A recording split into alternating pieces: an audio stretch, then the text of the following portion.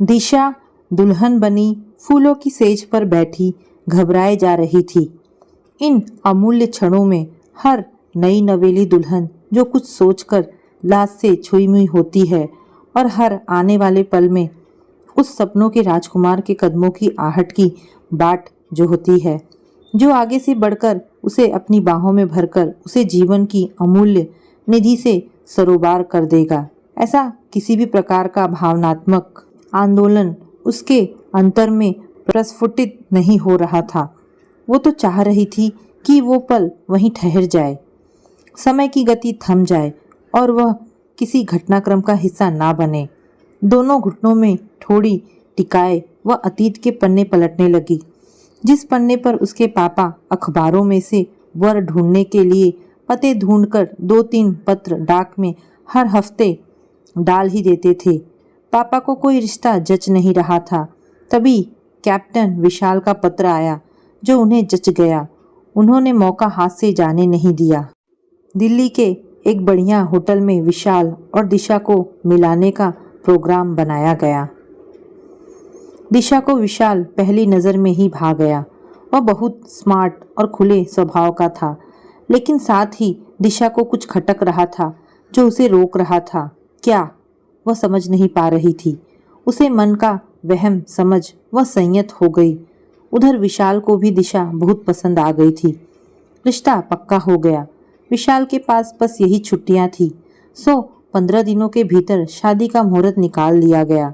शादी की जोरदार तैयारियों में किसी को भी कुछ सोचने की फुर्सत ही कहाँ थी। शुभ दिन में शुभ मुहूर्त पर रिश्ते नातेदारों व दोस्तों की भीड़ में दिशा दुल्हन बनी डोली से उतरी। बहनों ने नेग लिए और भाभियों ने दुल्हन को लाकर फूलों की सेज पर बिठाया। विशाल के दोस्तों ने जानबूझकर उसे देर से छोड़ा। मिलन की पहली रात को ढेरों उमंगे लिए विशाल जैसे ही कमरे के भीतर आया और जल्दी से दरवाज़ा बंद करने लगा तो उस आवाज़ से दिशा की तंद्रा टूटी। वो अतीत से लौटकर वर्तमान में आई।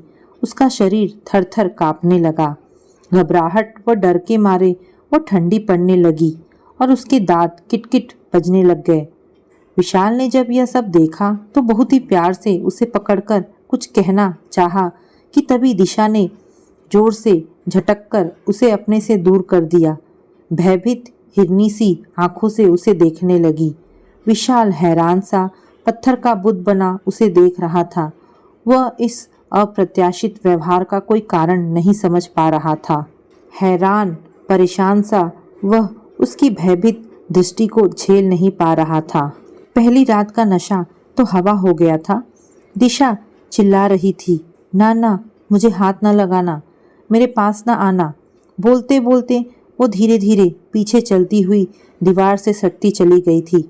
विशाल ने हिम्मत कर आगे बढ़ते हुए उसका गिरा आंचल उठाते हुए कहा, क्या बात है दिशा, डर क्यों रही हो?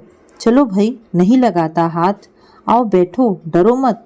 यह कहकर विशाल आगे बढ़ा ही था कि दिशा चीखी, आगे मत बढ़ना, सिर फोड़ दूंगी तुम्हारा। उसे कुछ होश नहीं था। घर में ढेरों रिश्तेदार थे। उनका ध्यान आते ही विशाल ने चुपचाप कदम पीछे हटा लिए। उसकी समझ तो मानो घास चरने चली गई थी। उसके मीठे स्वप्न टूटकर बिखर गए थे। मौके की नजाकत को समझते हुए वह कमरे से बाहर निकला और छिपता छुपाता ऊपर टेरेस पर चला गया।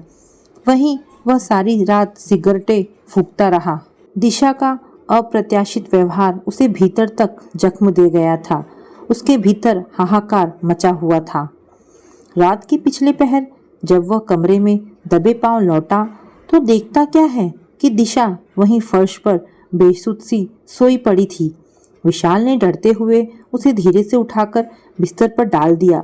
वह स्वयं पास पड़े सोफे पर लेट गया और मानो वह बहारों की रात उसके जीवन में ऐसी होगी उसने कभी ख्वाब में भी नहीं सोचा था। पास ही टेबल पर रखे शगुन के 2 गिलास दूध के विशाल ने उठाकर पी लिए, जिससे सुबह माँ को सब कुछ स्वाभाविक लगे। अगले दिन दोनों हनीमून पर मनाली के लिए चल पड़े। शिमला तक हवाई जहाज से, उसके आगे टैक्सी से। विशाल ने सोचा शायद दिशा नर्वस हो गई थी। अब घर से दूर शिमला के प्राकृतिक माहौल में सौंदर्यमयी छटाओं के बीच उसके नवजीवन की नींव रखी जाएगी। उसने पुनः ढेरों स्वप्न सजाने आरंभ कर दिए। यहाँ पहुंचकर दिशा हंसती, खिलखिलाती, दौड़ती, ढेरों तस्वीरें खिंचाती रही। दोनों घूमने जाते, बाहर खाना खाते, पर होटल पहुंचते ही वो फ्रेश होकर झट सो जाती। विशाल टीवी पर प्रोग्राम देखता व सिगरेट फूंकता रहता। आस की एक नाजुक डोर के सहारे अंत में मायूसियों का दामन थामे थक कर सो जाता। वे वहाँ 5 दिन ठहरे। दिशा ने भूलकर भी विशाल को अपने करीब नहीं आने दिया। एक आध बार विशाल ने हंसी हंसी में उसके करीब जाने का यत्न किया, लेकिन दिशा घबराकर पीछे हट गई और पूछने पर कोई कारण भी नहीं बताया। विशाल के धैर्य का बांध टूट गया। आखिरी दिन उसने जबरन दिशा से इसका कारण पूछना चाहा तो दिशा होटल के लॉन में भाग गई। लोकलाज से भरा विशाल मन मारकर हनीमून से वापस घर लौट आया। उसके अगले दिन दिशा मायके फेरा डालने चली गई। मम्मी पापा के कहने पर वो दिशा को 2 दिन बाद घर वापस लिवा लाया, लेकिन विशाल का खोया खोया और सूखा चेहरा उसके मम्मी पापा से छिप न सका। विशाल के पापा रात को खाना खाने के पश्चात सैर करने के बहाने विशाल को साथ लेकर लंबी सैर को निकले। रास्ते में पापा के पूछने पर उसने उन्हें सारी बातें बताई। वह उनके कंधे पर सिर रखकर रो पड़ा। पिछले 10 दिनों से जिस अंतर्वेदना को वह घुट घुट कर सह रहा था, आज पापा का कंधा उसे संबल दे रहा था। सब जानकर पापा भी परेशान हो गए थे। इकलौते बेटे का दुख उनसे भी सहा नहीं जा रहा था। कितने प्रसन्न थे वे अपने बेटे का विवाह इतनी धूमधाम से करके, और यहाँ बेटा इतना दुखी।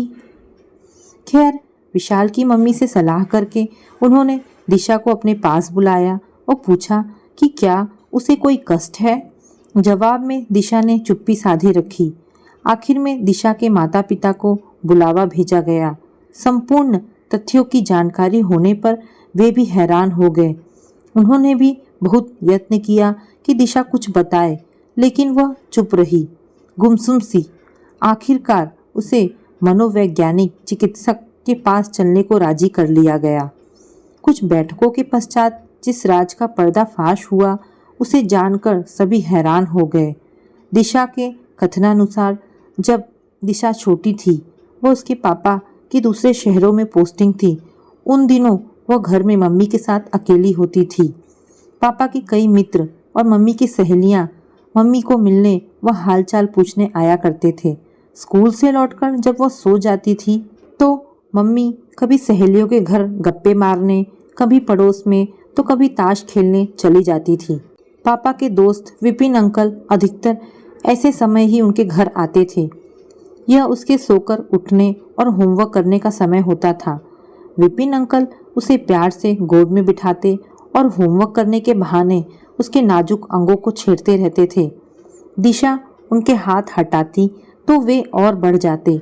दिशा किसी से भी कुछ कह ना पाती, न मम्मी को कुछ बता पाती थी, किंतु उसे इतना अवश्य लगता कि यह सब गलत है।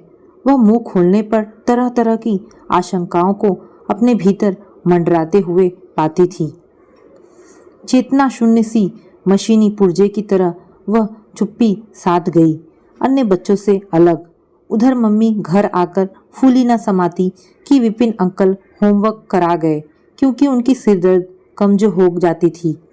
नौकरों से पूछती कि उनको चाय नाश्ता ठीक से कराया था ना। जिंदगी की नियति कहिए कि उन्हीं दिनों उसके पापा का फोन आया कि फील्ड में मैच में इंतजाम हो गया है, सो दिशा को विपिन के घर छोड़कर 20-25 दिनों के लिए मम्मी उनके पास आ